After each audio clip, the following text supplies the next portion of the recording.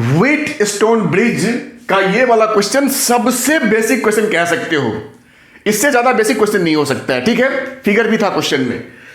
अब ये ब्रिज क्या होता है पहले थोड़ा समझते हैं, फिर इसको सॉल्व करेंगे। देखो, ब्रिज का मतलब होता है तराजू, तोलने की चीज, पता करने की चीज, अननोन चीज।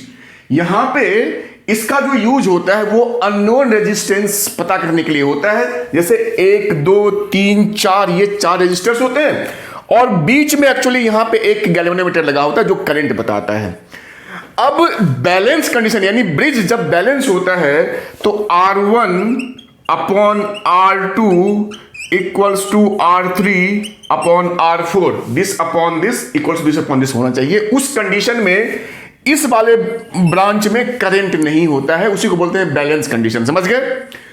अब इस क्वेश्चन में आ जाते हैं। अब हम इसको यूज करके इसको कर सकते हैं। अगर ये कंडीशन फुलफिल हो जाए तो इसमें करंट नहीं होगा। आपसे इस क्वेश्चन में पूछा है कि ये जो मेरा A और पॉइंट B है इसके बीच इक्विवेलेंट रेजिस्टेंस कितना है। ठीक है, तो चलिए चेक करते हैं। R1 को लिखेंगे 3, R2 को लिखेंगे 6, तो ये तो मेरा कट के हो गया 1/2।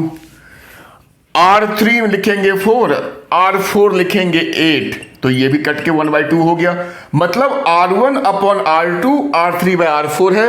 मतलब ये ब्रिज जो है ये बैलेंस कंडीशन में है, तो इस वाले R में करंट ही नहीं होगा।